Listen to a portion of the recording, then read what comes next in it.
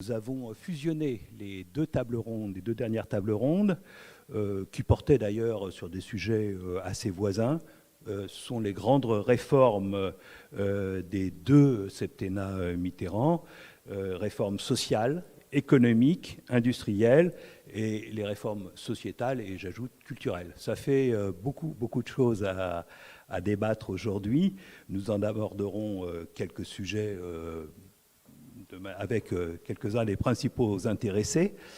Je voudrais juste, si vous me le permettez, avant de démarrer, adresser un petit salut à quelqu'un qui n'est pas là aujourd'hui parce qu'il nous a déjà quittés il y a quelque temps, comme d'ailleurs un certain nombre de grands acteurs de cette période. Je pense à Pierre Mauroy, à Michel Rocard.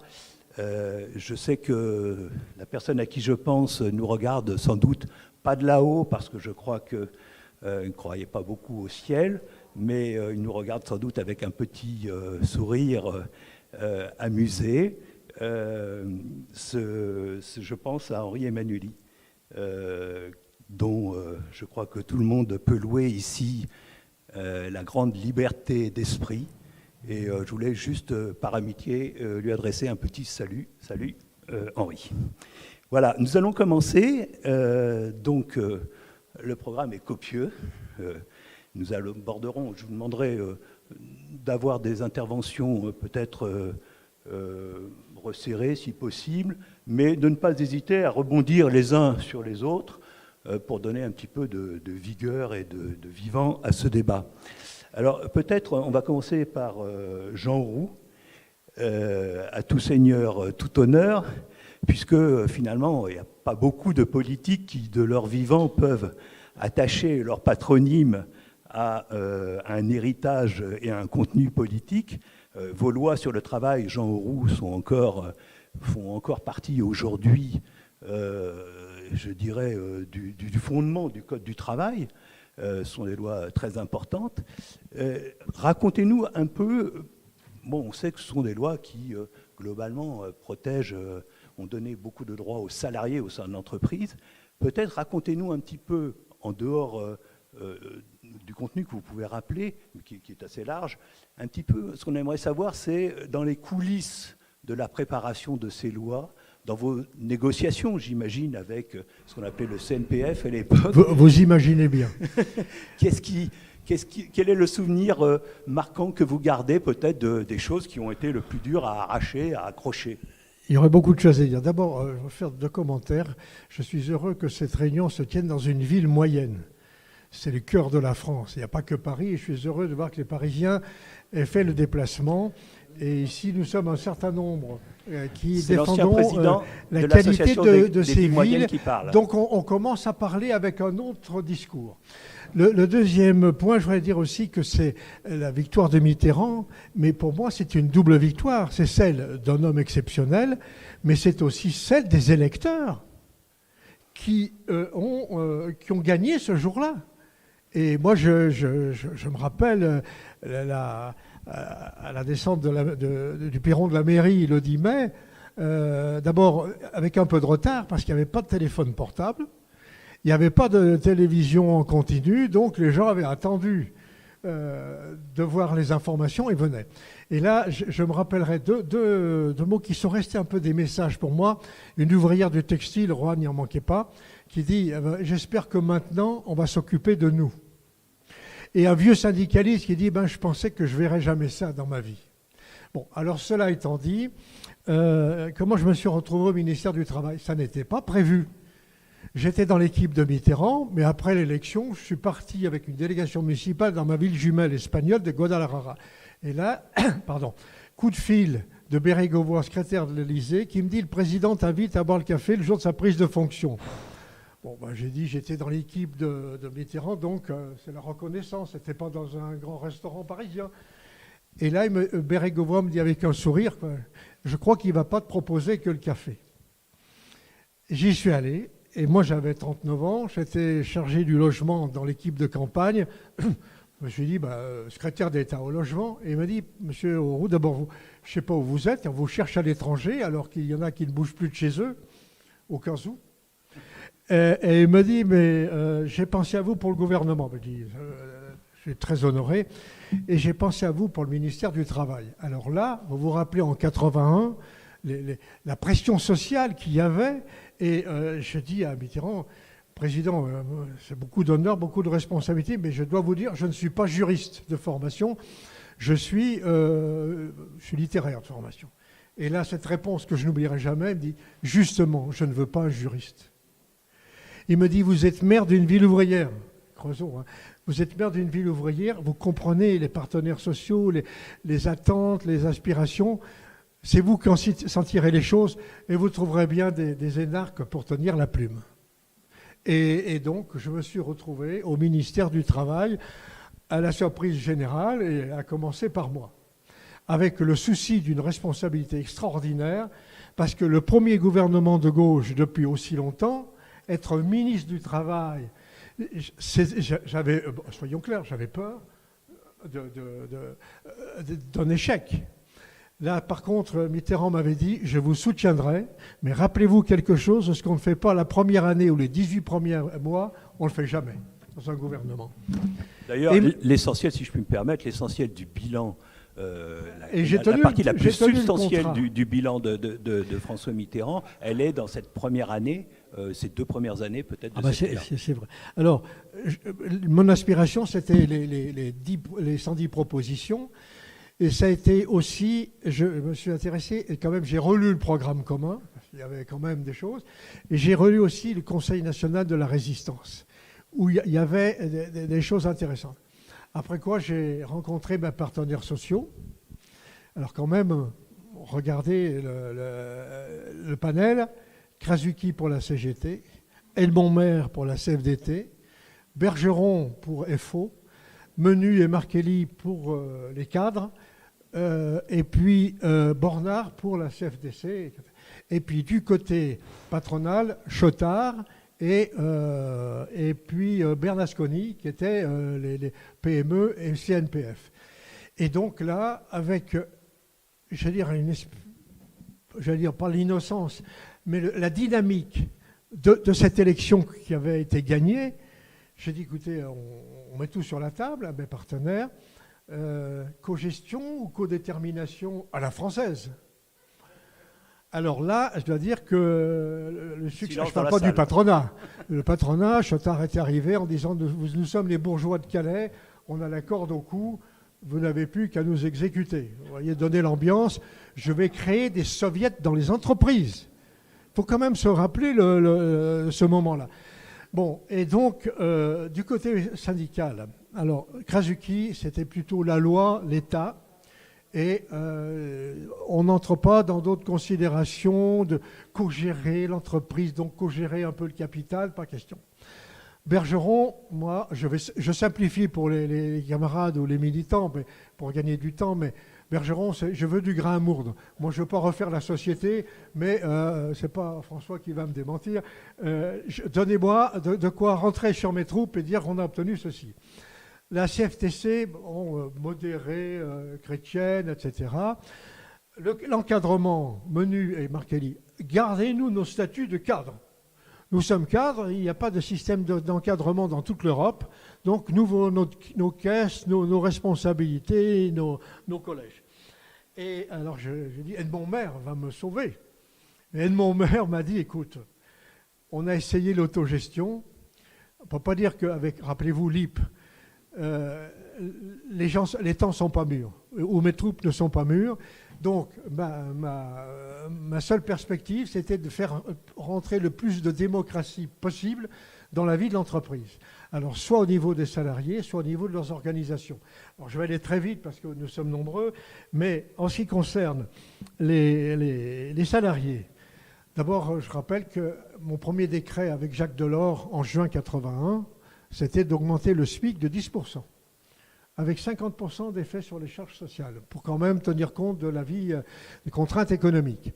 Et puis après, donc on a décliné le 8 octobre, j'ai publié mon rapport sur les nouveaux droits des travailleurs, et on a décliné ça toute l'année 82, avec d'abord des ordonnances, et après les 4 lois.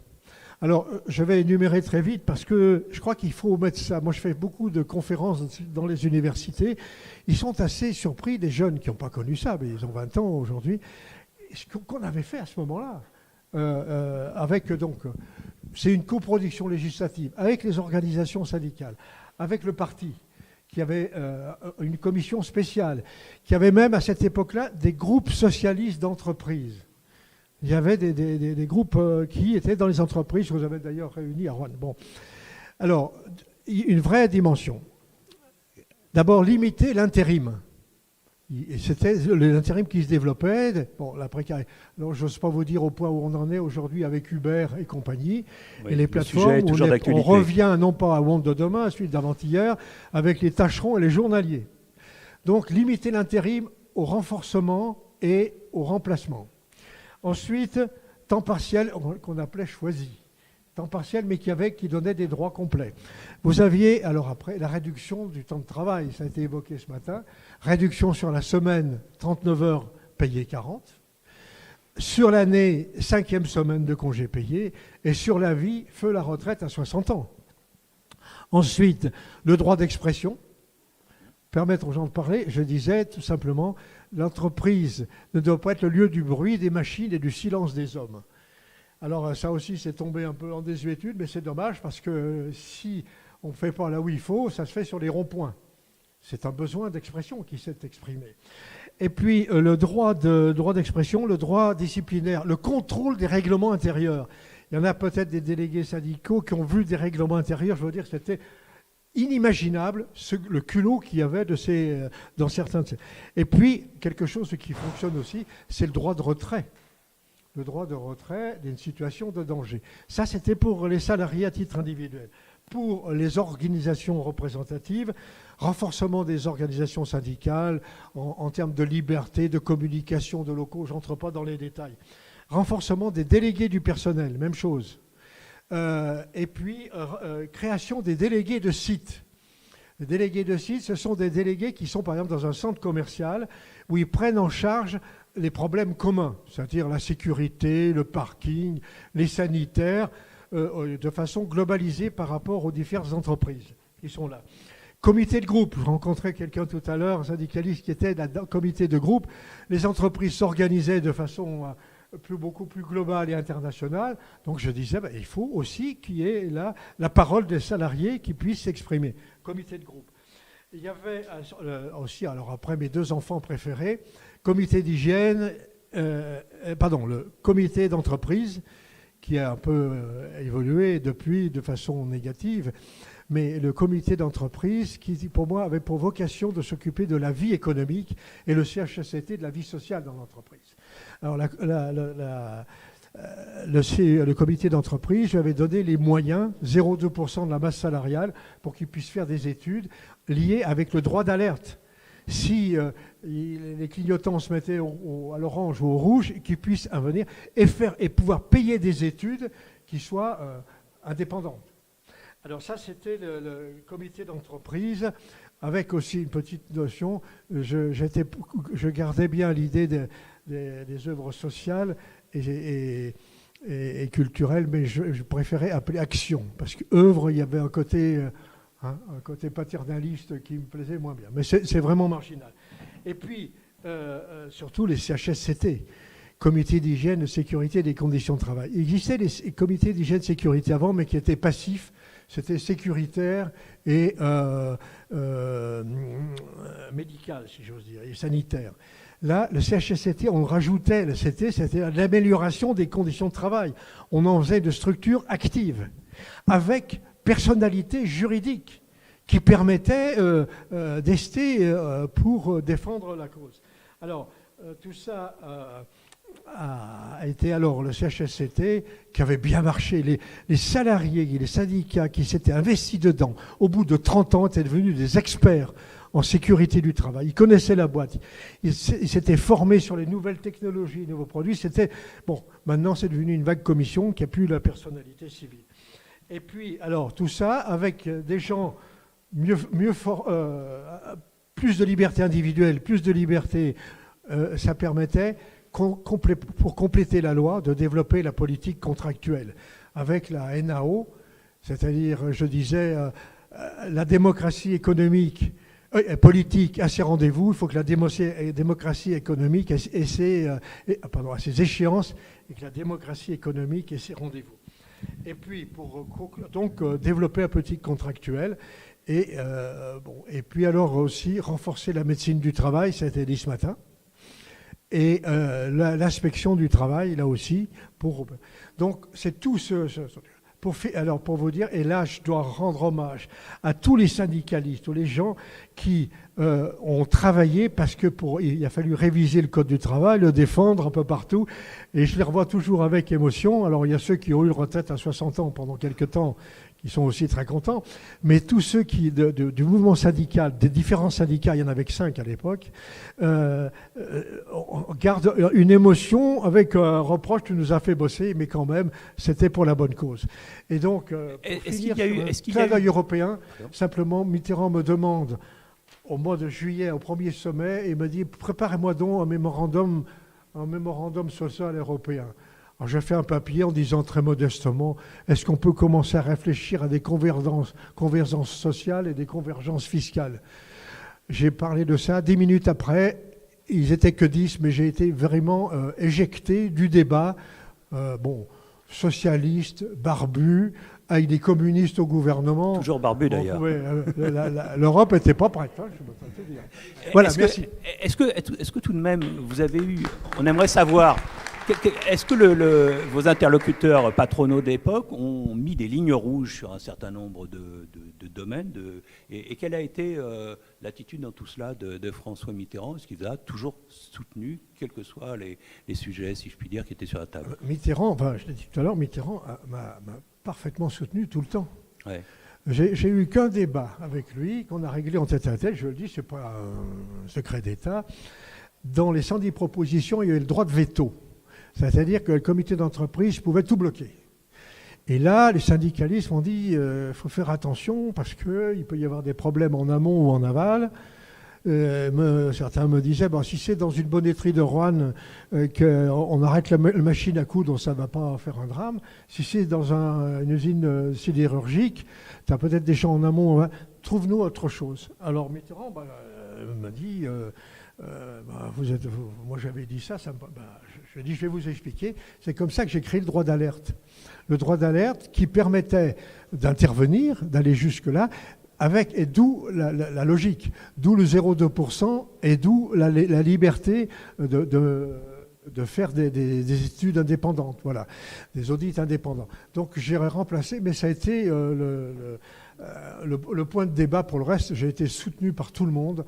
Et dans le parti, on en parlait, ceux qui étaient dans les tribunes, je veux dire que ça a été chaud parce que la droite a mené la danse. Ça a duré 1 an. Hein, les premières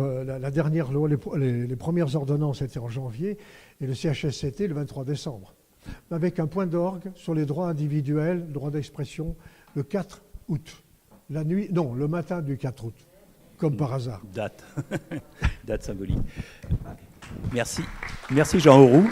Je vais peut-être demander à un de vos successeurs au ministère du Travail quel héritage il y a eu. Vous avez François Rebsamen, tout le monde connaît, maire de Dijon et de l'agglomération de Dijon, et lointain successeur donc de Jean Auroux. Quel héritage, lorsque vous êtes passé au ministère du Travail, vous avez capté, si je puis dire, de cette période des lois Auroux? Et puis, comme je sais que c'est un sujet aussi qui vous intéresse et qui intéresse un certain nombre d'autres interlocuteurs qui sont sur la tribune, on parlera aussi de la décentralisation, autre grand chantier mitterrandien. D'abord, je voudrais dire le plaisir, vous me permettrez, quelques minutes, je vais aller vite, le plaisir d'être avec vous aujourd'hui. Il y a là, c'est une table de maires que nous avons, ce qui est tout à fait exceptionnel. Il y a là 4 anciens maires et 4 nouveaux maires. 4 anciens, c'est-à-dire 4 qui étaient installés sous François Mitterrand et 4 qui sont arrivés, pour certains, après François Mitterrand, mais qui sont les héritiers naturels. Et je voudrais avoir, Michel-Antoine me le permettra parce qu'on est assez amis, je voudrais avoir voudrais saluer Camille Dufour. Je pense que ça n'a pas été assez fait aujourd'hui. Je sais qu'il ne va pas vouloir, mais s'il y a un symbole de l'évolution de la gauche, il faut me le permettre comme ça, c'est bien Camille Dufour, ouvrier chez Schneider, maire socialiste du Creusot en 1977.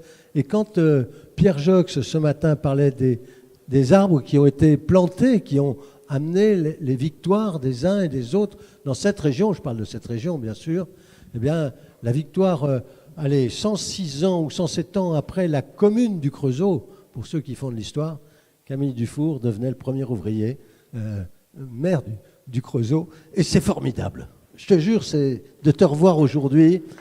Voilà, je voudrais le dire comme ça. C'est pas une réponse directe à la question, mais c'est tellement important pour moi de le dire. En plus, on se connaît depuis tellement longtemps. Enfin, voilà. Donc, bon, avec un peu d'émotion que je disais ça. J'ai eu aussi beaucoup d'émotion. Il y a eu une autre ministre entre-temps, hein, une femme que je respecte beaucoup, Martine Aubry, mais a succédé à Jean Bien Auroux. sûr. Les temps avaient changé. Jean le sait, puisqu'il est venu me voir plus d'une fois au ministère du Travail pour voir comment on pouvait continuer à avancer dans la lignée. Mais l'essentiel des grandes avancées avait été fait parce que pour faire les avancées qu'évoquait Jean Auroux, il fallait le mouvement populaire derrière. Il fallait cette ferveur de gauche qui avait porté François Mitterrand au pouvoir et qui ont permis à Jean d'être à la pointe de ce combat pour les droits des salariés. Et malheureusement, on va dire les choses comme ça, mais près de 40 ans plus tard, enfin 30 ans plus tard, disons, le mouvement populaire n'accompagnait pas François Hollande. Et c'est plutôt une gauche qui était déjà sur la défensive, sur le reculoir, qui devait lutter pied à pied pour maintenir des droits aux travailleurs. Et pourtant, alors moi je ne vais pas faire mon histoire, mais il y aura une loi qui marquera aussi petitement par rapport à celle de Jean l'histoire du droit du travail. C'est la loi sur le dialogue social que j'ai fait adopter avec les voix de gauche. Et je l'ai fait adopter parce que j'avais demandé quelques conseils à Jean, je dois le dire ici. Et on a fait rentrer, ce qu'il n'avait pas pu faire jusqu'au bout, il en avait tellement fait, on a fait rentrer les salariés dans le conseil d'administration des grandes entreprises. Et ça, c'était pour moi une petite victoire, mais une victoire de gauche. Et quand j'ai dit aux organisations syndicales, c'était les temps qui avaient changé, oui, d'accord, vous aurez 2 représentants dans les conseils d'administration, on aurait voulu en avoir beaucoup plus, ça vient, hein, avec Macron, je me permets de le dire, 2, et que je leur ai dit, mais ça sera un homme, une femme. Ils m'ont dit, ah, non, on peut le dire, non, pas un homme, une femme, on n'y arrivera jamais. Et j'ai dit, si, il faut que ça soit un homme et une femme.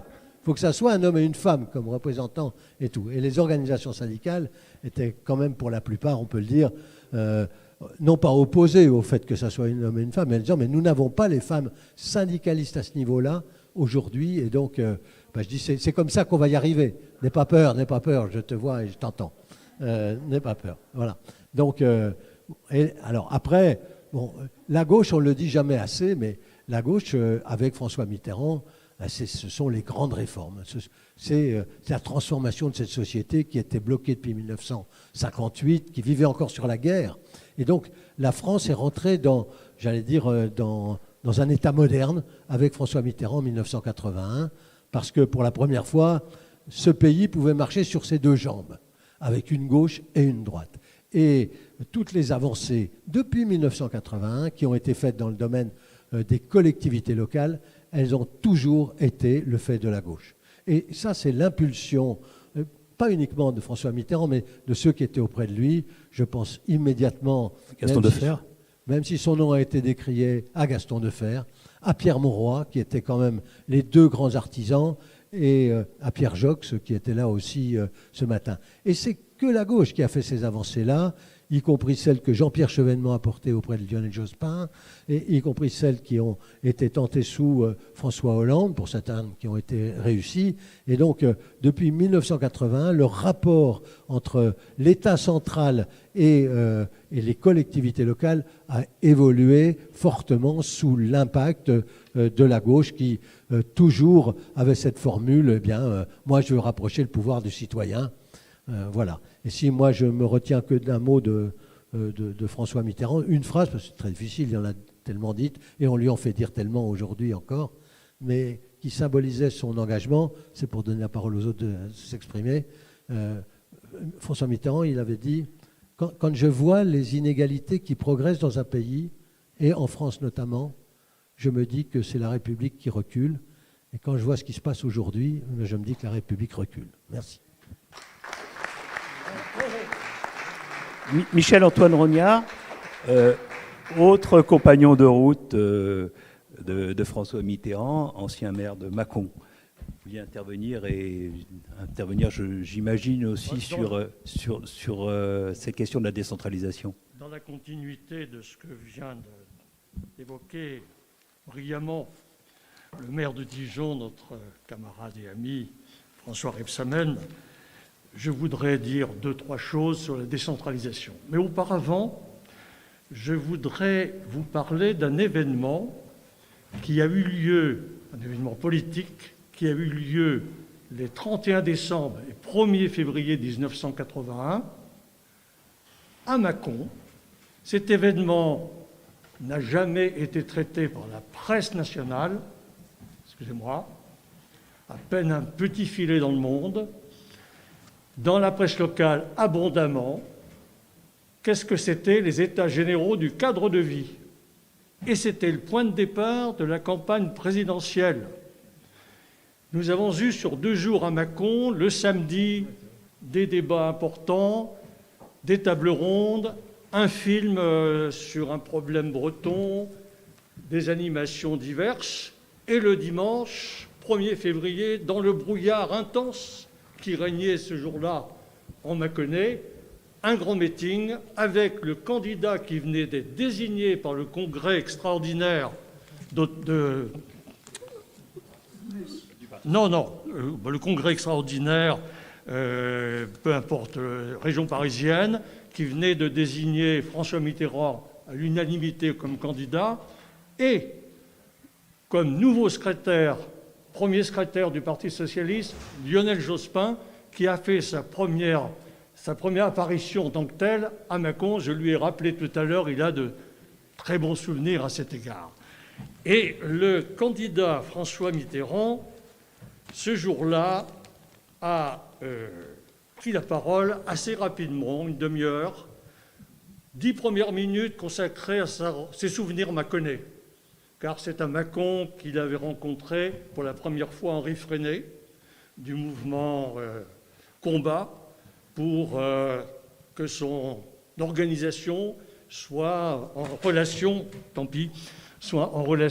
avec ce mouvement important, qui était le mouvement principal de la résistance. Et ensuite, il a parlé de 6 engagements qui devaient être tenus, tirés des 110 propositions. 6 engagements liés plus ou moins, plutôt plus que moins, à la sauvegarde de l'emploi, au développement de l'emploi. Et il termine par un 7e engagement. Il dit « Tout cela ne sera possible que si nous faisons la décentralisation ». Et cela vient de loin. Je rappellerai les positions prises avant 81 par François Mitterrand. Je laisserai le soin, je crois, à Jean-Pierre Sueur, parlera, lui, du débat parlementaire, et on pourra peut-être conclure après rapidement. Alors, les positions de François Mitterrand. D'abord, dans Ici et maintenant, un livre qu'il a publié peu avant d'être désigné, d'ailleurs, comme candidat, il écrit « La France a eu besoin d'un pouvoir central fort et centralisé pour se faire. Elle a besoin de pouvoir décentralisé pour ne pas se défaire. » Le Jacobin dialogue avec le Girondin qui apparaît chez François Mitterrand. Et pendant la campagne, il annonce ceci: la décentralisation de l'État sera prioritaire. C'est la 54e proposition des 110 propositions. Et il promet l'élection des conseils régionaux au suffrage universel, qui auront lieu en 1986. Et tout de suite, l'élection des conseils régionaux, je viens de le dire, et la suppression de l'autorité des préfets sur les collectivités locales. Et ça, c'est un bouleversement fondamental. car l'application immédiate de la loi qui va être promulguée le 2 mars 82 va permettre aux présidents de conseils généraux, et notamment en Saône-et-Loire, André Billardon est-il toujours là? André Billardon, président du conseil général de Saône-et-Loire, va entrer en contact assez rugueux, et plus que rugueux, avec le préfet de l'époque, on va citer son nom, M. Coury, qui considérait toujours que l'État, dans le département en tout cas, c'était lui. Et André Billardon a forcé, avec toute sa majorité, pour que la loi soit appliquée jusqu'au bout, avec la mise en œuvre d'une politique départementale qui, cette fois, allait être exécutée par les élus et non plus confiée au préfet qui se réservait d'ailleurs des bons moments, notamment les réceptions préfectorales et autres. Voilà la fin d'une période, et ça, c'est la décentralisation entrée dans le vif de façon concrète et rapide. Voilà. Ensuite, le débat à l'Assemblée, c'est en septembre que le débat commence. C'est Gaston Defferre qui mène le combat avec la combativité qu'on lui connaît. Et bien entendu, il s'oppose à une droite toujours unitaire, soi-disant, notamment Michel Debré, avec des grandes déclarations sur ce qui va se passer, c'est la fin de l'État, c'est la République mise en péril, etc. Et Gaston Defferre d'enfoncer le clou dans un débat extrêmement vif, mais disons qui ne connaît pas les déviations qu'ont eu d'autres débats, et Jean Roux faisait allusion à celui sur les lois Auroux, sur les lois sociales. Et je vais citer un homme de droite, Philippe Séguin, qui dit l'un des plus beaux débats de la législature. L'un des plus beaux débats de la législature, c'est Philippe Séguin qui l'a dit, et il était quand même, pas hostile, mais quand même, disons, relativement modéré par rapport à cette décentralisation. D'ailleurs, après les débats qui ont lieu ensuite au Sénat, où les sénateurs vont essayer de bricoler des contre-propositions, Philippe Séguin va revenir en disant « Ceux qui se battaient contre la décentralisation vont maintenant se vautrer dans la décentralisation. » Voilà. Et bon, le débat a pris fin, la promulgation le 2 mars 82, avec toutes les conséquences, dont celle des conseils généraux et des présidents de conseils généraux. J'en ai terminé. Merci de votre attention. Merci. Je vais demander à Jean-Pierre Sueur, autre héros de ce sujet de la décentralisation, pourquoi aujourd'hui, pourquoi d'abord la décentralisation, l'interlocuteur précédent en a dit quelques mots, mais pourquoi c'est si important? Et peut-être qu'aujourd'hui on a l'impression que peut-être ce sujet s'est un peu délité au fil du temps. Est-ce que c'est votre sentiment? Non, c'est devant nous. Mais je vais vous dire que ce qui m'a vraiment marqué, parlant avec François Mitterrand, c'est quelque chose qu'il a écrit dans un de ses livres. Je ne sais plus lequel d'ailleurs. Il était président du Conseil général de la Nièvre. Et il écrit une page digne de Balzac, où il dit, voilà, nous sommes là. Le préfet est là, tout puissant. Il fait le budget. Il l'exécute, il invite les conseillers généraux vers 11h30 du matin à la préfecture. Ceux-ci repartent vers leur canton, gorgés de petits fours. Et il dit ça, c'est la honte pour la France. Et c'est pourquoi, alors qu'il y avait beaucoup de gens qui plaidaient pour que la première loi présentée au Parlement en 81 fût la loi sur les nationalisations. Il a voulu que ce fût la loi sur la décentralisation. Et c'est vrai que nous avons voté ça quand nous étions, comme moi, un jeune élu en 81. Les communes, les départements, les régions s'administrent librement par des conseils élus, article 1, comme quelque chose de formidable. Donc mes deux prédécesseurs ont parlé avec chaleur, et je veux simplement ajouter que ce mouvement historique s'est continué après. Figurez-vous que j'étais maire d'une ville qui s'appelle Orléans, qui est célèbre dans ce pays pour des tas de raisons, et que François Mitterrand connaissait bien, parce que son père avait été cheminot Paris-Orléans. Et un jour qu'il était là, il me dit, vous savez, vous ne serez jamais élu parce que je regrette beaucoup, mais c'est tellement à droite. Et finalement, après un premier échec, après beaucoup de travail, après beaucoup de militantisme, après avoir fait une liste très large, ouverte à la société civile, on a été élu. Après, il m'a dit, vous m'avez bluffé, je vous mets dans le gouvernement. Je me retrouve dans le gouvernement. Moi, j'étais un rocardien, je le dis ici. Non. Ça n'est pas une injure. J'ai été un rocardien qui n'a jamais été dans le gouvernement de Michel Rocard, mais qui a été dans 2 gouvernements de François Mitterrand. Si bien que, vous permettez, nous sommes quelques-uns à être des Mitterrando-rocardiens. Ça peut exister. Et comme tu veux, moi, dans tous les sens, je dis, sans esprit de consensus idiot, que je dois beaucoup aux deux. Et que François Mitterrand, il m'a demandé cela. Et alors j'arrive dans ce ministère, secrétaire d'État aux collectivités locales, et je trouve sur mon bureau quoi? La loi préparée par Pierre Jox, présent ce matin, ATR. Cette loi, elle avait été adoptée à l'Assemblée nationale par 1 voix de majorité, sous le gouvernement de Michel Rocard. Tous les bons esprits et bons amis disent, écoute, cette loi, tu la mets dans un tiroir parce que c'est mort. Nous nous sommes obstinés, avec, je dois le dire, le soutien d'Édith Cresson, puis de Pierre Bérégovoy. Et nous avons bien fait. Et avec l'appui de quelqu'un que je veux citer ici, nous allons se quitter, qui est Guy Carcassonne, qui était expert pour trouver des voies.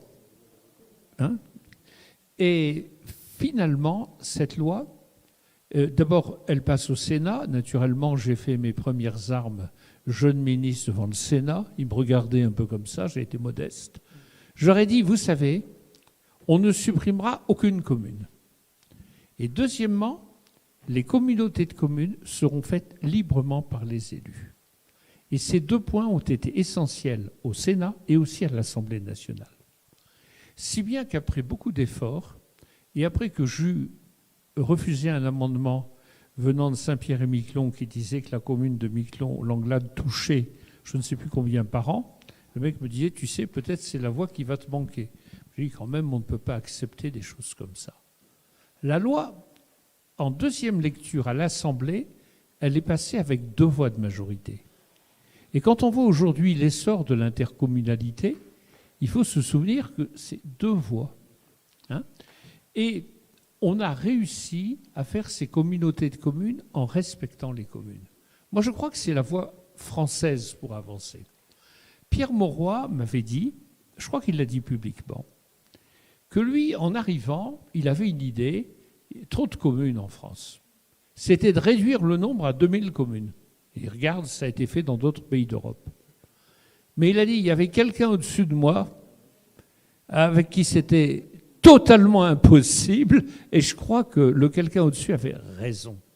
L'intercommunalité à la française, elle respecte les communes. En tout cas, ça nous a permis de bien avancer. Alors, on a réussi les communautés de communes, et je me souviens de ce rapport de la Cour des comptes de Philippe Séguin, parce que Philippe Séguin, il avait été correct en 81, mais on avait un carteron qui était Madeleine, Daubert, Longuet, etc. Je les oublie. Qui ? Millon, c'était les tiens. Si on relit aujourd'hui, relisez les débats de 81, c'est ahurissant.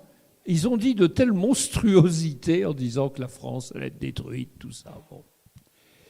Toujours est-il que Philippe Séguin dit, mais ces communautés de communes-là, elles ne sont pas rationnelles. Je lui ai dit, cher Philippe, si on avait dit que le préfet faisait des communautés rationnelles, il n'y aurait jamais eu le vote de la loi. La loi n'aurait pas existé. Les parlementaires ne l'auraient pas voté. Donc, ça a été pragmatique, mais les 92% des communautés de communes se sont faites toutes seules, sans qu'on l'impose. Et je crois que c'est très important. Alors bien sûr, il y a eu des communautés bananes. Quand il y avait une ville de droite dans le milieu, on faisait des communautés pour contourner l'obstacle. Mais comme il y a toujours des élections, tout ça, peu à peu, tout ça fonctionne. Alors, je finis. Les communautés de communes ont bien marché, les communautés de villes n'ont pas marché. Il y a eu quelques héros, il y en a eu 6. Pourquoi ? Parce qu'on avait prévu la taxe professionnelle unique. Et que ça, c'était lourd. Mais en même temps, quel combat, on était à l'association des maires des grandes villes, quel combat ? Parce que si vous avez des entrées de ville si dégradées, pourquoi ? Avec des collections de parallélépipèdes, enseignes, horreurs, tout le long de nos villes, ben c'est parce que chaque maire, votre TP, monsieur le maire, j'amène tant de TP, si c'est au niveau de l'agglomération, on peut maîtriser les choses. Donc, c'est arrivé ça en 1999 avec la loi Chevènement, comme quoi il faut toujours que ça progresse.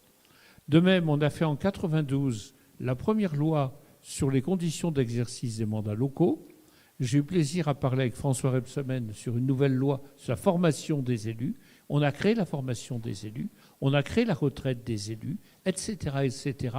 Ça progresse. Alors, conclusion, si j'ai encore 1 minute, Monsieur le Président, conclusion, maintenant. Je crois qu'il faut continuer. Parce que, je vais dire quelque chose qui ne plaira peut-être pas à tout le monde, mais tant pis, je le dis. On l'a fait soutenu il y a bien longtemps. Il y a un problème de démocratie. Je crois que l'élection au suffrage universel dans les communautés de communes n'est pas mûre. Parce que c'est encore très proche des maires, et les maires ne veulent pas d'un super-maire. Mais quand vous avez une communauté, une métropole, qui a 1 million d'habitants, 1 500 000 habitants, qu'on vous explique qu'on vote au suffrage universel direct dans un village de 35 habitants, et que là, non, c'est pas. Il y a un moment où on aura quand même, dans les grandes agglomérations de ce pays, un débat démocratique sur l'avenir de l'agglomération. C'est la première chose. Je ne sais pas si j'ai raison, mais je crois qu'il va falloir y arriver. Hein. Et deuxièmement, je vais faire une petite autocritique pour nous tous, enfin pour bon. J'ai longtemps pensé que la France du XIXe siècle, c'était la France des départements et des communes. Et que la France du XXIe siècle, ce serait la France des régions et des communautés, dans le respect des communes. Parce que je crois que je n'ai pas changé sur l'idée qu'il faut garder les communes quelles qu'elles soient. L'ennui, c'est qu'on n'y arrive pas.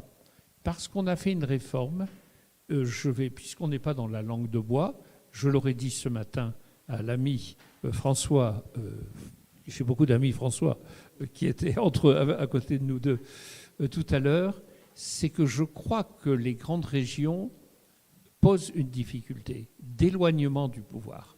Il faut savoir le dire. On n'est pas là pour... je vais vous expliquer que si on voulait simplifier le millefeuille en disant on a des régions fortes et des communautés fortes, il ne faut pas que la région devienne tellement lointaine que ça fait une sorte de... Vous comprenez ? Et alors, qui est-ce qui a gagné là-dedans ? Un jour, j'ai vu, c'est la fin de la fin.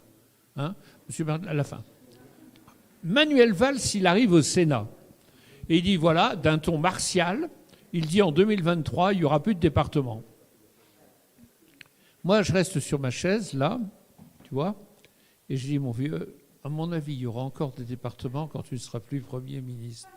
Ben oui, parce que c'était pas idiot de dire on simplifie en faisant que peu à peu, j'aime ce mot, les vrais réformistes, regardez, l'intercommunalité, ça a pris 20 ans. Mais ne rougissons pas du fait qu'il a fallu 10 ans, un petit peu plus, mais au moins on l'a fait. Tandis que là, tu peux annoncer qu'on va supprimer les départements. Il y aurait eu un moyen, c'est de confier certaines, peu à peu, dans le dialogue, certaines compétences aux intercos, d'autres aux régions. Mais pour ça, il fallait que les régions restent à taille humaine. Et que là, quand on a vu des grandes régions de 700 km de long, vous comprenez, on est content entre le Cantal et la Haute-Savoie d'être dans la même région. Mais enfin, on n'a pas tout à fait de la sensibilité. Et ça fait que le président des départements s'est engouffré là-dessus. Et voilà. Mais il faut continuer. Ça a été des épisodes de l'histoire. Je crois qu'on a eu, dans l'ensemble, tellement raison et qu'il faut continuer, mes chers amis. Merci. Merci Jean-Pierre Sueur. Je voudrais beaucoup donner la parole à Camille Dufour, parce qu'on a parlé des maires. Alors pour l'instant, je vous rassure, on passera de ce côté-ci tout à l'heure. Mais Camille Dufour, on a parlé des maires. Vous avez été, un des maires élus dans cette grande vague de 1977 qui a permis ensuite, je crois, la victoire de 81. Vous êtes élu maire du Creusot, et puis, il faut bien le dire, maire, ça n'est pas non plus de tout repos, surtout dans une ville comme le Creusot.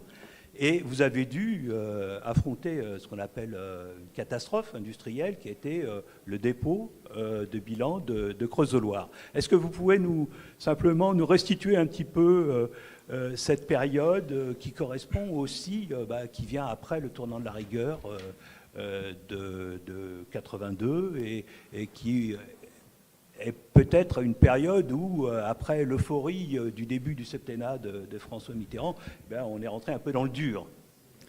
Oui, eh bien, en effet, nous avons traversé au Creusot une période extrêmement difficile.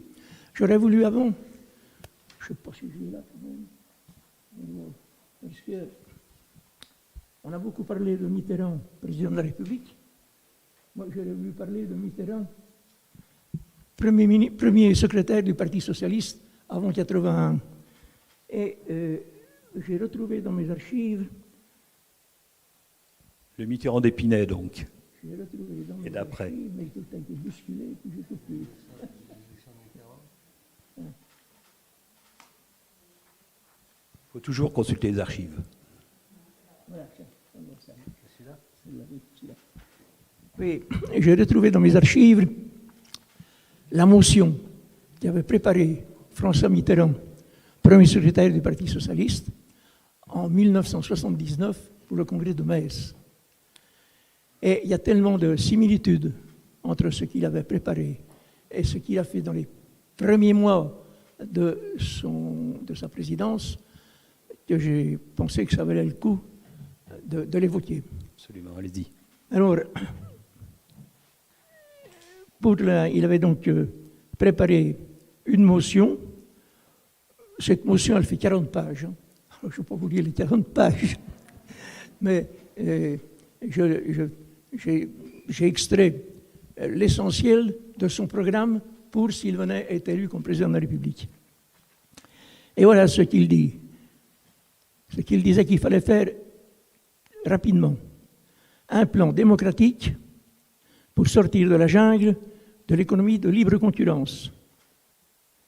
Un secteur public élargi par l'appropriation sociale des moyens de production, c'est-à-dire la nationalisation, de nouveaux droits aux travailleurs.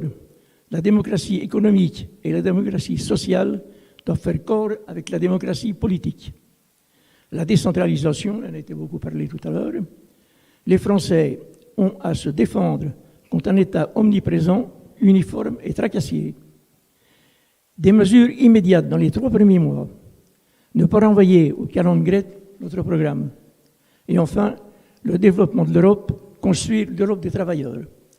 Et en dehors de la dernière question dont il n'était pas tout seul responsable, on peut dire que rapidement, dès le début de son mandat, il a commencé, on peut dire que, on l'a beaucoup évoqué, le tournant de la rigueur de 1982-83, mais à ce moment-là, toutes ces promesses-là avaient déjà été commencées. On peut dire que c'est pas toujours qu'on voit un élu tenir les promesses qu'il avait faites dans sa campagne électorale. Qu'est-ce que vous dites là? Là, dans ce corps-là, c'était quand même évident. Alors je pense qu'on pouvait quand même le souligner. Bien, alors c'est pour répondre à l'autre question que vous m'avez posée. Il est vrai que après les mesures qu'il avait prises, il faut dire que sur les budgets de 82-83, 30 milliards de francs ont été consacrés à l'amélioration des ménages. Ça avait des conséquences, effectivement, d'une certaine conséquence économique, notamment sur le franc qui a été dévalué à plusieurs reprises. Mais ça a eu aussi des conséquences sur la situation économique. Et le chômage qui était l'hantise du gouvernement, au lieu de diminuer, n'a fait que s'accroître. Et alors, devant cet accroissement du chômage, le gouvernement a tenté ce qu'on a appelé un traitement social du chômage.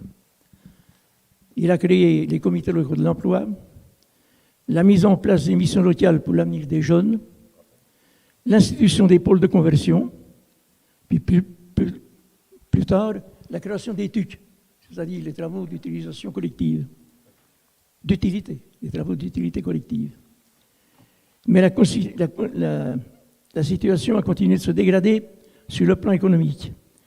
Et d'une part, certains capitaux s'expatriaient.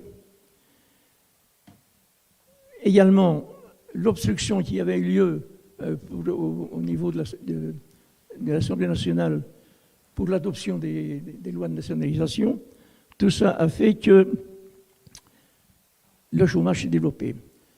Et il y a eu notamment une crise dans la sidérurgie du Nord et dans la sidérurgie de l'Est. Il y avait deux grandes entreprises qui étaient symboliques au niveau national, qui étaient Renault, qui parlait de licencier 15 000 salariés à ce moment-là. Et il y a eu également Creusot-Loire qui a déposé son bilan en 1984. Alors, Creusot-Loire avait été créé en 1970 par la fusion entre la SFAC, Société des ateliers et forges du Creusot, qui dépendait du groupe Schneider, et la CFL, la Compagnie des ateliers et forges de la Loire, qui dépendait du groupe Marine Firminy. Cette fusion a été poussée par le gouvernement, mais ça n'avait pas d'heureuses conséquences, notamment pour tout ce qui était les établissements Schneider.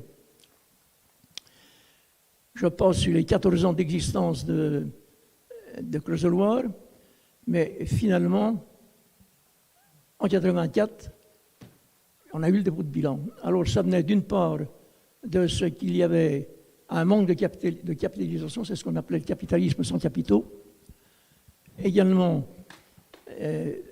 des investissements aventureux aux États-Unis avec l'acquisition de Phoenix Steel, qui était un gouffre financier, il a possédé des milliards. Et puis ensuite aussi parce qu'il y a eu des changements d'hommes, il y a eu aussi l'entrée du groupe Ampin, qui est un groupe belge, dans le groupe Schneider. Or, le baron Ampin était plus tourné vers le commerce que vers l'industrie, ce n'était pas un capitaine d'industrie. Puis il y a eu aussi le changement à la tête de Creusot-Loire avec l'arrivée de Didier Pinot-Valenciennes, qui était surtout un financier, mais pas un industriel. Et finalement, pardon, c'est l'État finalement qui a permis de. Alors j'en viens justement. Oui. Il faut se rendre compte que Creusot-Loire occupait jusqu'en 1965 12 000 salariés dans une ville de 32 000 habitants. Donc tout dépendait ça venait aussi du groupe Schneider, hein. Donc tout dépendait de l'usine, et y compris d'ailleurs les finances municipales, puisque la fiscalité du Creusot, 40% venait de l'entreprise. Oui, bien sûr. Alors, ce qui fait qu'on a cru à ce moment-là que le Creusot allait disparaître, hein. C'était tellement lourd, c'est un véritable traumatisme, non seulement économique, mais social et culturel, hein. Vous voyez, une population qui avait été formée par un siècle de domination des Schneider dans la ville. Et heureusement qu'on a été très bien soutenu par le gouvernement de l'époque, par l'État. Premièrement, d'abord, celui qui avait été chargé par Fabius, qui est encore ministre de l'Industrie quand c'est arrivé, qui avait été chargé de prendre en charge cette crise de Creusot-Loire, qui était Louis Gallois, qui est très connu. Oui. Hein, Louis Gallois, oui. Louis Un nom qui parle Louis dans Gallois, le domaine de l'industrie, bien sûr. C'est dommage, il devait venir, mais il n'a pas pu venir, hein. C'est dommage parce que je lui aurais rendu un hommage public. C'était vraiment un homme, c'est un humaniste, hein. un humaniste qui a pris le dossier en main et qui nous a bien aidés. Il a pratiquement toutes les principales activités de Creusot-Douar ont été reprises par des groupes comme Usinor, comme Framatome, comme Jumon Schneider qui est devenu après Alstom. Donc tout ça nous a bien aidés. On était aussi très soutenus par Mitterrand pour différentes opérations, notamment pour l'implantation de la SNECMA. Je regarde mon collègue de Rouen parce que je crois qu'on était en concurrence à l'époque. Mais c'est Mitterrand qui a souhaité, qui a voulu voir s'installer au Creusot un atelier extrêmement moderne de la SNECMA qui est devenu Safran, hein, et qui était le symbole du redémarrage du Creusot. Alors donc, il nous a soutenus également pour, je regarde la Billardon parce que ça m'est beaucoup occupé, pour l'installation de la délocalisation de l'Université de Bourgogne venant au Creusot. On a maintenant environ 1500 étudiants sur le Creusot dans ce qu'on appelle l'Université Condorcet. Alors tout ça a fait que le Creusot a redémarré. On a été également soutenu au niveau de l'Europe, toujours par le gouvernement de François Mitterrand, notamment avec l'utilisation de toute une gamme de crédits qui ont permis, notamment le FEDER, qui ont permis des réalisations industrielles au Creusot. Voilà. Alors, je tiens quand même effectivement à rendre hommage à tous ceux qui nous ont soutenus et qui nous ont permis de faire la preuve que la reconversion industrielle pouvait se faire à condition d'y croire, parce que certains pensent que la France devrait être une économie de service, non plus une économie d'industrie, mais la reconversion industrielle est possible à condition d'y croire et d'y mettre le paquet. Très bien, merci beaucoup. Merci Camille Dufour. Alors, dans le bilan de ces deux septennats, il y a aussi un volet financier avec des réformes et des mesures qui n'ont peut-être pas fait plaisir à tout le monde. Je pense à l'ISF qui est devenu l'IGF aujourd'hui. Plus tard, c'est Michel Rocard qui va inventer la CSG. Peut-être Jean-François Debat, qui connaît bien ce sujet, puisque vous avez notamment été trésorier du PS, donc vous connaissez un peu les sujets d'argent. Quelle est aujourd'hui la résonance on voit bien qu'il y a une résonance aujourd'hui sur ces sujets-là. Même d'ailleurs, si on prend ce qui nous vient d'Amérique aujourd'hui, hein, il y a un débat qui s'est retourné, peut-être le réganisme, l'ère ouvert par Ronald Reagan, s'est-elle retourné aujourd'hui. Ce débat sur l'ISF, c'est quelque chose, c'est un marqueur de gauche ou pas ? Oui, alors au-delà de cette question-là que je vais évidemment essayer de traiter, d'abord dire que moi je ne connaissais pas Camille Dufour, mais que je suis impressionné par la manière dont vous parlez, dont tu parles, camarade, de cette période. Moi j'étais adolescent en 80, j'étais au collège au moment de l'élection de François Mitterrand. Mais quand on est maire d'une ville, on voit aussi tout ce que l'on doit à ceux qui se sont battus avant et ont construit avant. Et finalement, on s'aperçoit aussi de la trace laissée par chacun. En tout cas, merci de ce témoignage, parce que moi, il m'a parlé. Je suis persuadé qu'il a parlé à ceux qui sont là, puis à ceux qui sont derrière l'écran. Merci aussi à David pour l'organisation de cette journée. Et effectivement, on voit bien, et je pense que c'est tout l'intérêt de cette journée, c'est de voir comment, ceux qui ont bâti, ceux qui ont accompagné François Mitterrand et la gauche au pouvoir parlent de ses actions. On parle avec Jean de manière régulière, de temps à autre, y compris sur d'autres sujets. Mais aussi de voir finalement qu'avec le recul, les leçons qu'on peut en tirer. Et moi, j'en tire sur les sujets que je vais évoquer là, quelques-unes. D'abord, quand on vous parle les uns et les autres, on vous entend parler, on se rend compte que c'était pas plus facile à l'époque que maintenant. Parce que maintenant, on a l'impression que toutes ces réformes eh ben, elles sont là pour l'éternité du temps. Elles ont marqué la vie des gens, elles les ont changées, mais elles sont finalement presque acquises. Comme si à l'époque, il n'avait pas fallu faire tous ces combats pour les imposer, tous ces débats pour convaincre Jean-Pierre, toutes ces actions politiques, ce combat politique à mener, et que finalement, quand nous voyons ce que nous avons à faire, on se dit c'est compliqué. Mais ne vivons pas avec l'idée que c'était plus facile avant. Moi, je tire simplement sur quelques sujets économiques et sociaux, puisque le sujet de décentralisation nous passionne, mais je vais évoquer cela. Finalement, quelques leçons de la manière dont certaines réformes ont été engagées, en ayant toujours à l'esprit que les ruptures, que les oppositions étaient les mêmes, que les enjeux économiques, tu en as parlé, Jean, la combinaison entre les réformes sociales et les enjeux économiques étaient présents. Que les mêmes critères, les mêmes réserves, les mêmes oppositions existeront demain sur les sujets. Les quatre, très rapidement, la question du droit du travail. La gauche, aujourd'hui, doit toujours favoriser celui qui est faible dans la relation contractuelle, que ça soit dans le salariat ou dans le non-salariat. Le dire, c'est énoncer un objectif, c'est ce qui a été fait. Mais en face de nous aujourd'hui, c'est effectivement, tu avais raison de parler des tâcherons et des gens qui sont aux horaires, parce que c'est la réalité. Ce combat-là, cet enjeu-là, eh bien, c'est le même. Et les outils, eh bien, c'est ceux de la norme, c'est ceux de la règle, pour faire prévaloir l'intérêt du plus faible dans la relation économique face à ce que le libéralisme apporte de domination du puissant. Et dans une période de chômage, eh bien, le puissant, c'est celui qui donne le travail. Donc c'est soit l'employeur, soit le donneur d'ordre, et de plus en plus d'ailleurs c'est le donneur d'ordre, ce qui fait que les débats ne sont plus seulement au sein de l'entreprise, ils sont aussi à une échelle plus globale. L'impôt sur les grandes fortunes. Alors on a toujours dit c'est un impôt symbolique, la droite a dit un impôt imbécile, etc. Oui, si on le regarde, c'est un impôt symbolique. Pas seulement, même s'ils sont produits de quelques milliards d'euros, c'est toujours bon à prendre, c'est un impôt symbolique. C'est quoi le symbole? C'est ce dont on parle maintenant.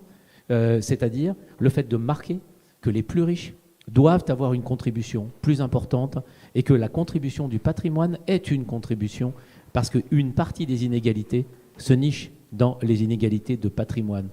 Moi, je n'ai jamais fait partie de ceux qui ont été outrés par le fait que des gens riches mais avec peu de revenus soient amenés à vendre leur patrimoine pour payer cet impôt. Parce que c'est l'objectif aussi. C'est de faire bouger finalement ce capital. Et aujourd'hui, on en voit bien, alors que les enjeux de concentration de la richesse sont encore 10 fois plus forts qu'ils ne l'étaient à l'époque. 10 fois plus forts. Aujourd'hui, malgré tout, on en est quand même à l'idée que 4 entreprises mondiales font en bénéfice cette année plus que l'ensemble de l'impôt sur le revenu en France, uniquement en termes de bénéfices sur le sol européen. Donc on voit bien que cet enjeu-là, que ce soit pour les super profits des entreprises ou pour la répartition de la richesse, non pas, et c'est notre défaut, peut-être qu'il faut qu'on en tienne. Aujourd'hui, le sujet, c'est même plus les 20% les plus riches, c'est même pas les 10, c'est les 5, voire les 1, voire les 0,1. Et ce combat-là doit nous amener aussi à davantage de volontarisme, mais en ayant aussi la force du symbole. Pourquoi la droite, toutes les droites, y compris celle qui est actuellement au pouvoir, veut tuer l'IGF d'abord, puis l'ISF, ou le dévitaliser? Parce que c'est aussi un symbole politique, le symbole des intérêts qu'ils défendent. Et donc, oui, ça reste un combat actuel. La contribution sociale généralisée, c'est une réponse de gauche à un sujet qui reste actuel. C'est comment faire en sorte d'avoir une protection sociale forte, collective, universelle, sans peser exclusivement sur le travail, donc sur la cotisation sociale patronale et la cotisation sociale salariale. Et c'est l'avancée de la CSG. Au début, j'ai regardé un tout petit peu avant d'évoquer ce sujet-là. On dit « Oh, ça ne marchera jamais, de toute façon, c'est tellement peanuts, c'est rien ». Aujourd'hui, c'est 140 milliards d'euros. Les cotisations sociales, c'est 266 milliards d'euros. Et donc, l'idée de faire contribuer tous les revenus, d'autres revenus que le travail, à la protection sociale, eh bien oui, ça reste un objectif. Ça reste aussi un outil. Parce que moi, et nous sommes tous, on parle avec ce que nous préparons pour 2022, avec les amis, avec les camarades, voilà. C'est quand même, la gauche, c'est de passer de l'idée, de l'utopie au projet, et du projet à la réalisation. Et c'est ce que la gauche au pouvoir sous François Mitterrand et depuis nous a appris. C'est qu'il y a une belle idée qui ne devient pas un projet et un projet qui ne devient pas une réalisation, ça reste théorique. Et notre objectif à nous, c'est de faire en sorte que ça devienne concret.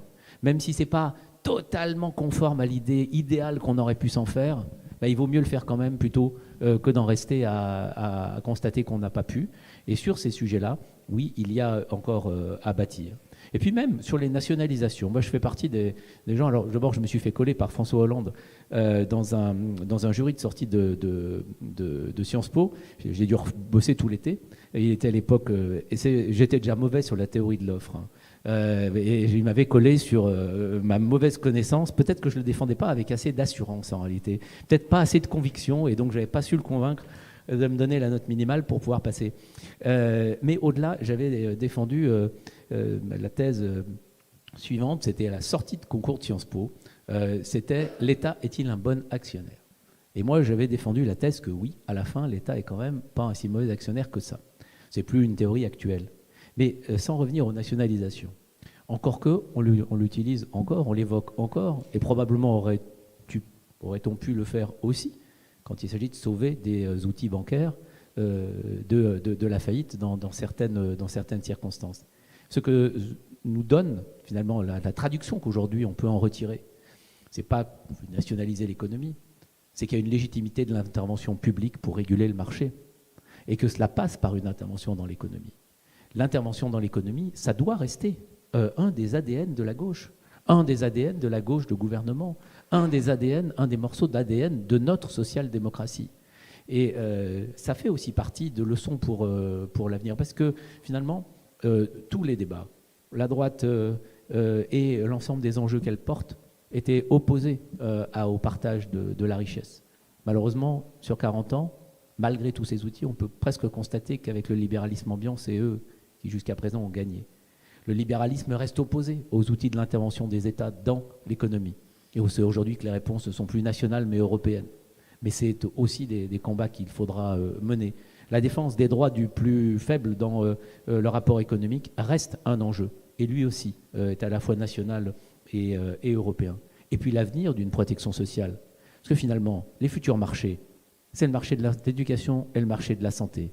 Et si nous n'arrivons pas, dans les années à venir, en s'appuyant sur les mêmes outils que ceux qui nous ont été légués quand nous étions, pour ma part, adolescents et au cours des 40 dernières années, sous les deux septennats de François Mitterrand et les 2 quinquennats de gauche au pouvoir dans cette période, plus ce qui s'est passé depuis, si nous n'arrivons pas à valider politiquement, à justifier, à redonner toute sa pertinence à cette conception universelle et donc obligatoire de la protection sociale, nous irons vers la marchandisation de la santé.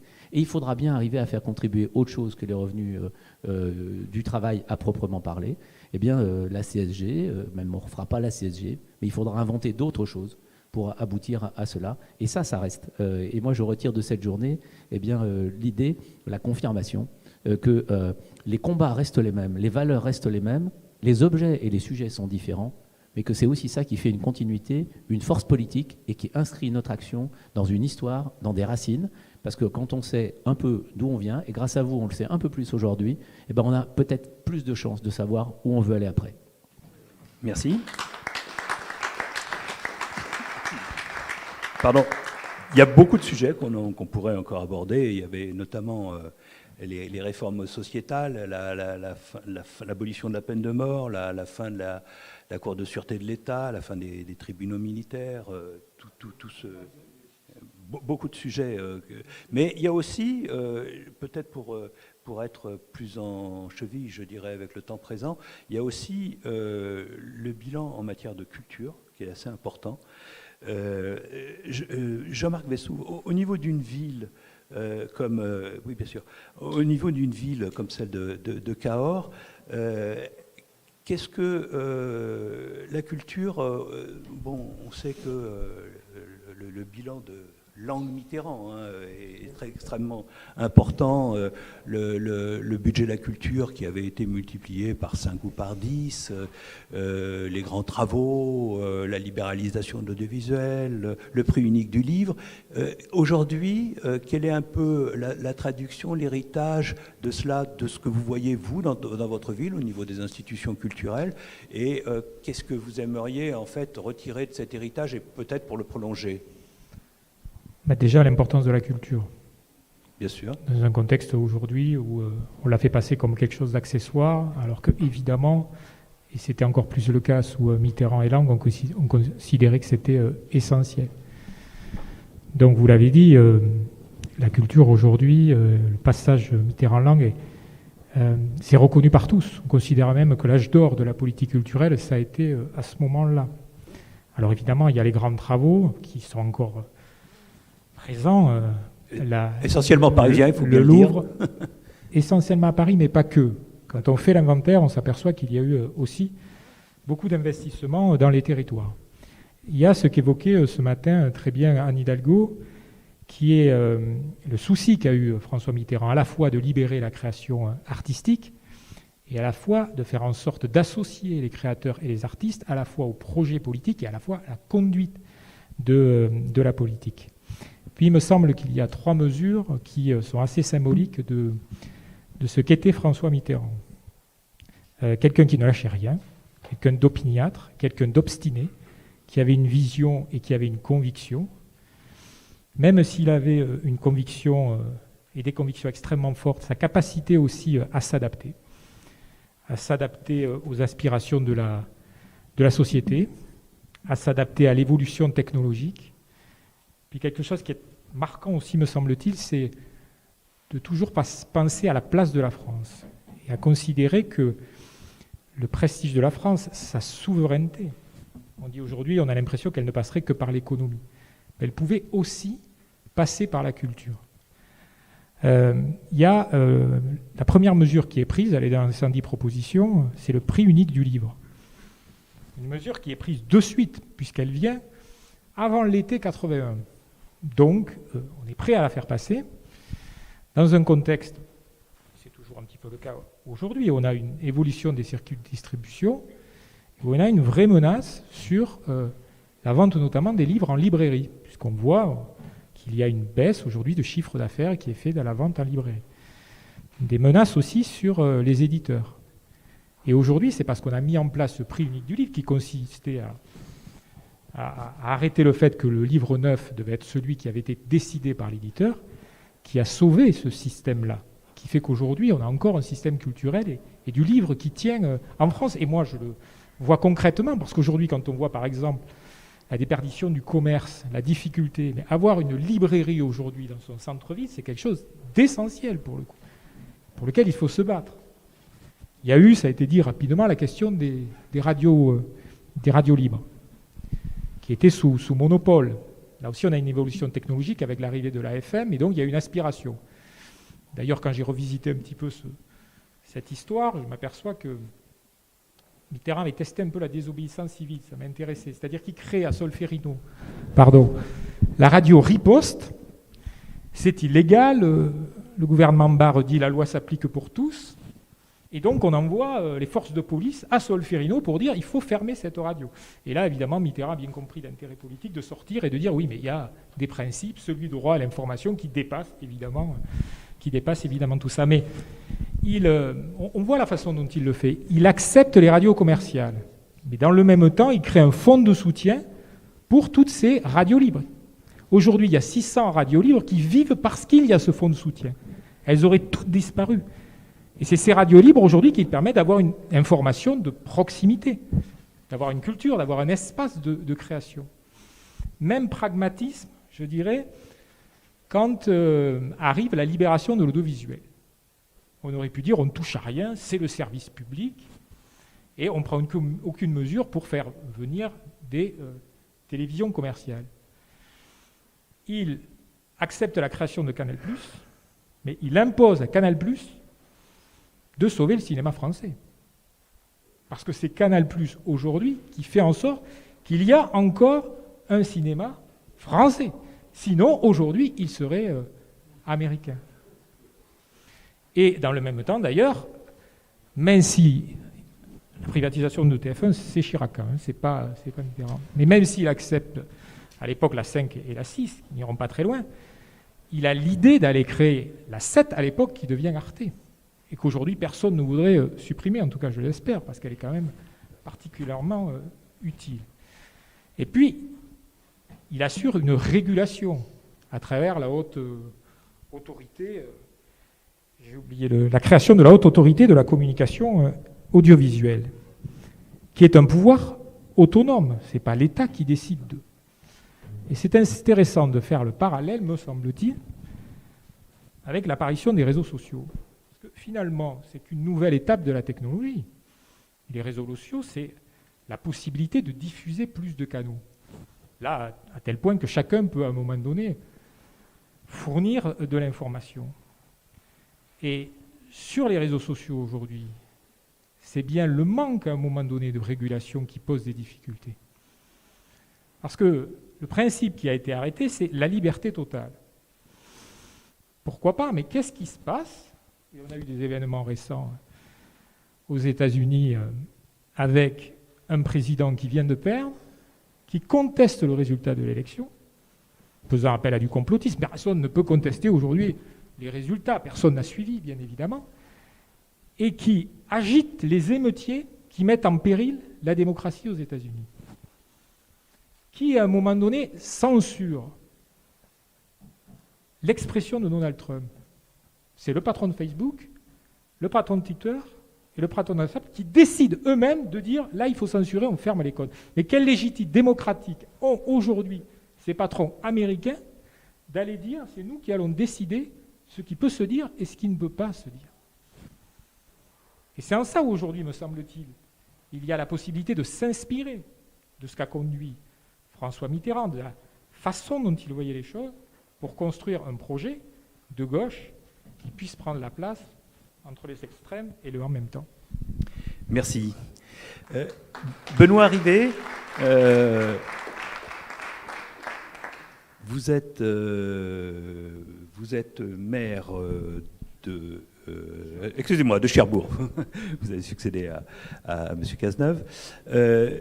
On évoquait tout à l'heure le sociétal. Lorsque la gauche arrive au pouvoir, en 81, il y a une mesure importante qui est prise assez rapidement, qui consiste à régulariser les étrangers en situation irrégulière, mais occupant un emploi. Alors on sait que ce débat sur l'immigration est un débat qui court toujours depuis... mais aujourd'hui, on voit bien rétrospectivement l'importance et d'ailleurs le courage de cette mesure qui a été prise très rapidement. Oui, tout à fait. Alors d'abord, bonjour à toutes et à tous. Avant de répondre à votre question, je voulais à mon tour remercier David Marty et sa collaboratrice que je vois juste là pour le travail qui a été fait. Bravo.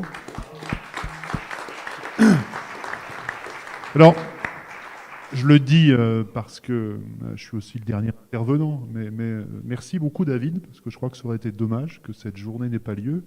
Et puis effectivement, pour savoir où l'on va, mieux vaut savoir d'où l'on vient. Et aujourd'hui, pour ceux qui ont peut-être oublié, on sait d'où l'on vient. Merci David. Alors pour répondre à votre question, effectivement, sans refaire l'histoire de la gauche et de cette question d'immigration, autrement nous ne sommes pas couchés, mais peut-être dans l'ensemble des propositions, et vous rappelez que cette victoire de la gauche en mai 81, avec le début de la présidence Mitterrand, finalement vient ouvrir une ère considérée comme nouvelle pour les immigrés qui étaient aussi en attente de cette élection. Et finalement, c'est en effet en termes de rupture que vient s'inaugurer la présidence Mitterrand sur cette question, avec, je dirais, une rupture à plusieurs niveaux. D'abord, une rupture avec la vision de Giscard sur cette question-là. Ensuite, une rupture avec la logique économique qui prévalait jusqu'à présent, qui finalement considérait que la population immigrée était avant tout un réservoir de main-d'œuvre. Et puis, une question aussi avec la logique, une rupture avec la logique sécuritaire qui considérait jusqu'à présent que finalement tout étranger était un délinquant en puissance, avec une volonté de sanctionner le moindre écart par l'expulsion. Donc assez rapidement, et comme on l'a vu, puisqu'on l'a vu depuis cette belle journée, se passe dans les premiers mois de 80. Le nouveau discours présidentiel sur cette question de solidarité et d'immigration se traduit rapidement par des actes forts et courageux, vous l'avez rappelé. Dès juillet 81, avec la circulaire de Gaston Defferre, dont on parlait tout à l'heure, qui vient assouplir les conditions d'accès au titre de séjour et à l'asile politique. Et puis une recommandation qui est faite à l'administration et au préfet de ne plus expulser les étrangers nés en France. Là aussi, il se passe quelque chose de fort dans le pays. À août 81, circulaire qui vient préciser, vous l'avez dit, c'est votre question, les conditions de régularisation exceptionnelles qui sont instaurées en faveur des travailleurs clandestins et des autres immigrés en situation illégale. Il faut 2 points pour être régularisé. D'abord, fournir la preuve de sa présence en France depuis le 1er janvier 81, premier élément. Et le second, c'est d'occuper un emploi stable depuis 1 an. Là aussi, une véritable avancée sociale. Et selon un rapport sénatorial qui a été fait quelques années après, 149 000 demandes sont déposées. Et le gouvernement, et donc François Mitterrand, régularise à peu près 131 000 étrangers qui obtiennent satisfaction. Ensuite, sans être trop long, je vais abréger l'intervention, mais octobre 81, autre date importante avec l'abrogation des dispositions de la fameuse loi Bonnet. Autre point important, introduction dans l'ordonnance de 45 d'une série de garanties nouvelles pour les étrangers. Et puis ça se poursuit avec novembre 81, suppression du dispositif d'aide au retour. 84 encore, avec la carte de résident qui est créée. Et donc, pour ne pas être trop long, d'autres aussi éléments viendront en 85. Et puis 86, patatras, cohabitation, loi Pasqua. Et vous vous en souvenez, vous le savez, la loi Pasqua revient finalement sur un grand nombre de dispositions qui avaient été prises pourtant depuis 80. Voilà Lionel Jospin revienne à nouveau sur ce sujet. Voilà brièvement ce qui se passe entre 80 et 85 pour arriver à la loi Pasqua de 86. Donc du courage de Mitterrand, là aussi la capacité à tenir un certain nombre d'engagements sur cette question d'immigration. Et puis peut-être mettre aussi à l'actif, pour conclure, pour ne pas être trop long, des premières années de Mitterrand sur cette question de l'immigration, eh bien, le fait de venir aussi supprimer un certain nombre de discriminations qui visaient jusqu'à présent les étrangers. Je pense notamment à l'octroi de la liberté d'association, qui a été aussi une véritable avancée et aussi de solidarité. Donc voilà, je réduis l'intervention, mais pour répondre à votre question, voilà aussi ce qui s'est passé sur cette question d'immigration. Puis après, d'autres ont continué la tâche. Mais en tout cas, merci de votre invitation. Et puis merci, monsieur, pour votre intervention. Vous, l'ancien maire du Creusot, je parlais tout à l'heure de bien connaître son histoire pour savoir finalement où l'on va. Et merci à vous. Merci beaucoup. On a essayé de parler du maximum de sujets possibles. Évidemment, on en a laissé beaucoup en route, mais je vous remercie vraiment pour vos interventions qui étaient toutes pertinentes, riches et fortes. Merci, à bientôt.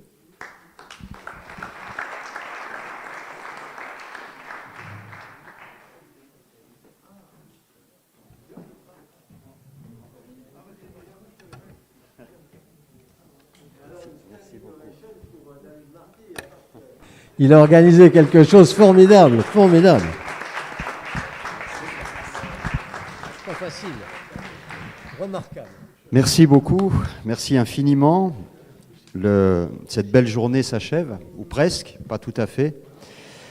J'ai le plaisir, et nous avons le plaisir, d'accueillir des camarades, des amis de la Fédération du Rhône, qui sont venus jusqu'à nous. Voilà. Ils ont fait un périple dans le département, et donc ils ont eu la gentillesse de venir jusqu'ici pour marquer le dernier point de ce périple. Soyez les bienvenus. On va avoir l'occasion de se retrouver là dans quelques instants, à la fois pour voir l'exposition et puis prendre une petite collation ensemble avant que vous repartiez chez vous. Réussir un tel événement, croyez-moi, on n'y arrive pas seul. C'est un travail collectif, bien entendu. Et je souhaite à cet instant remercier toutes les personnes qui ont travaillé à mes côtés pour parvenir à mettre en place cette commémoration, cette célébration. J'assume tous les termes, ça ne me pose aucun problème. Un projet qui a été réfléchi il y a 1 an, hein. Il faut 1 an pour pouvoir mettre en place les choses de cette manière-là. Il y a eu des personnes ressources qui ont été importantes dans l'élaboration du projet. J'ai créé un petit collectif au départ pour justement prendre les éléments, les renseignements, me ressourcer. Je pense à Camille Dufour, qui est là. Je pense à André Billardon, l'autre maire honoraire, qui a été aussi d'un grand soutien. Michel-Antoine Rognard, qui est là.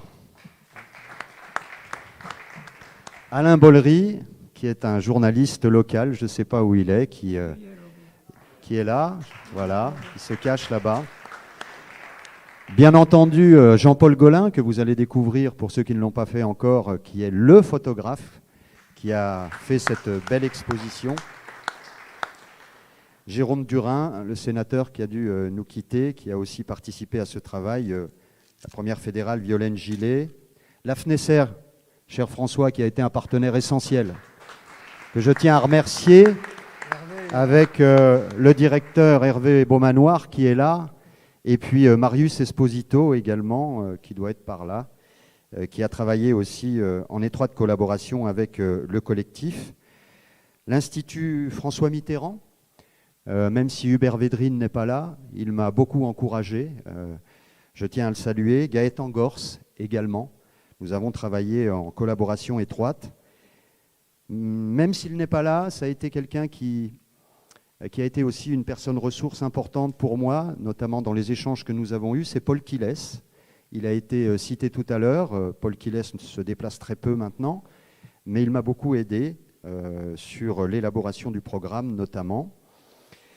Remercier les intervenants, Philippe Martina et Jacques Boucaud. Merci infiniment. Tout mon staff qui a travaillé pendant toute la journée pour acheminer les uns, les autres. Il y avait beaucoup de travail. Donc,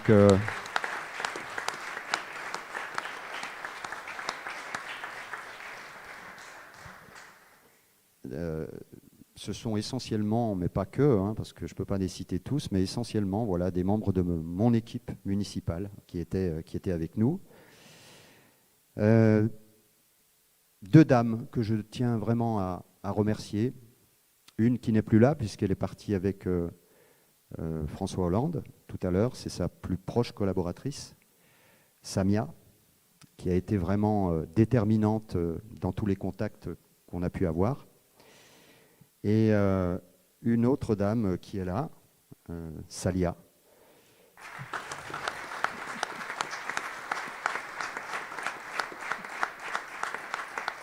Qui a été, Salia, puisqu'on est ici sur une terre aussi de nucléaire, le cœur du réacteur. Elle a été le cœur du réacteur, elle a été au centre de tout ça, un travail énorme. Merci infiniment. En tout cas, sachez que pour nous qui avons travaillé quotidiennement sur l'élaboration de ce programme, de cette belle journée, ça a été une belle aventure humaine avant tout. Ça, je tiens à le dire, avec bien entendu des difficultés à surmonter quasi quotidiennement, mais une belle aventure humaine. Et puis, ça nous a permis de créer des liens, parce que c'est ça qui est aussi important. Je regarde le maire de Corba, cher Alain. Ça nous a permis de créer des liens parce que, par l'intermédiaire de Salia, mais cette aventure, elle va continuer pendant toute l'année parce que l'exposition va être itinérante. Elle va aller chez toi, Alain, à Corba. Elle va aller à Dijon, François. Oui.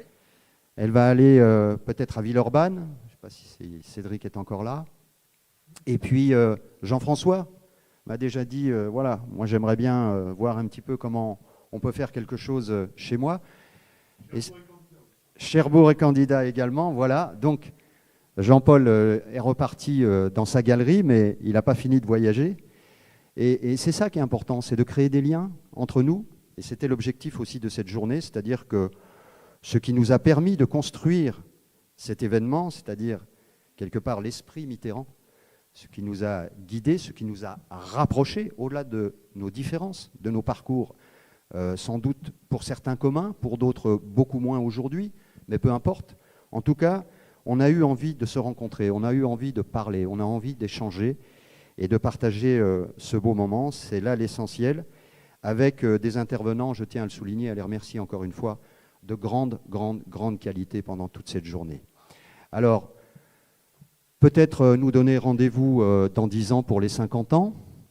Certaines et certains d'entre nous, sans doute, ne seront plus là pour différentes raisons. Mais en tout cas, le rendez-vous peut être donné dès à présent. Merci à toutes, merci à tous.